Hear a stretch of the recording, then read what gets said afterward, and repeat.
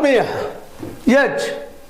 H16 news ಅರ್ಥಾತ್ ನಮಗೆ ಸ್ವಾಗತ. ನಾನು ನಿಮ್ಮವ MI ಅಥವಾ ಮಲ್ಲಪ್ಪ ಜೋತಾವರ್. ಆತ್ಮೀಯರೇ, ಈಗಾಗಲೇ ಸೌದಿ ವರ್ಸಸ್ ನಮ್ಮ ಅಧ್ಯಕ್ಷ, ಈ DCC ಬ್ಯಾಂಕಿನ ವರ್ಕರ್ಸ್ ಯೂನಿಯನ್ ಅಧ್ಯಕ್ಷ ಕರೆನ್ ಅವ್ರ ಮಧ್ಯದಲ್ಲೇ ನಡೆದಂಥದ್ದು.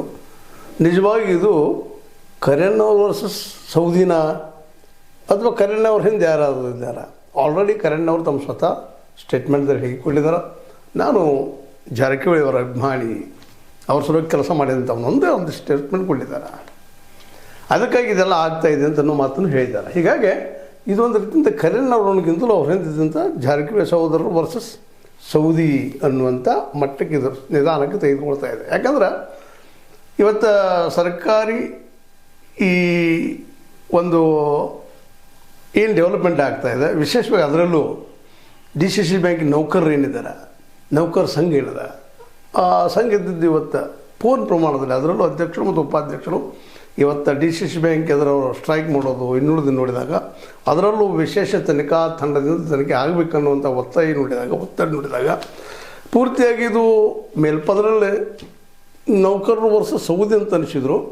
ಇದ್ರ ಹಿಂದೆ ಅವ್ರಿಗೆ ಬೆಂಬಲಾಗಿ ಜಾರಕಿಹೊಳಿ ಇದ್ದಾರಾ ಅನ್ನುವಂಥ ಒಂದು ಪ್ರಶ್ನೆ ಜೊತೆಗೆ ಇವತ್ತು ಸೌದಿ ಅವರಂತೂ ನೇರವಾಗಿ ಇದರಿಂದ ಒಂದು ಬೇರೆ ರಾಜಕೀಯ ಷಡ್ಯಂತ್ರ ಅದ.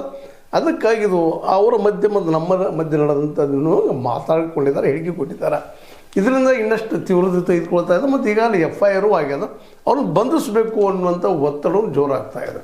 ಅದೇ ಸಂದರ್ಭದಲ್ಲಿ ಇಲ್ಲಿ ನಮ್ಮ ಏನಪ್ಪ ಅಂತಂದ್ರೆ ಸುಭಾಷ್ ಪಾಟೀಲ್ ಅನ್ನುವಂಥ BJP ಗ್ರಾಮೀಣ ಜಿಲ್ಲಾಧ್ಯಕ್ಷರು ಅವರಿದ್ದಂಥವರು ಹಲ್ಲೆಗೆ ಸಂಬಂಧಿಸಿ ಶಾಸಕ ಲಕ್ಷ್ಮಣ ಸವದಿ ಅವರ ಪುತ್ರ ಚಿದಾನಂದ ಬೆಂಬಲಿಗರನ್ನು ಬಂಧಿಸಬೇಕು ಅಂತ ಒತ್ತಡ ಇರ್ತಾ ಇದ್ದಾರೆ.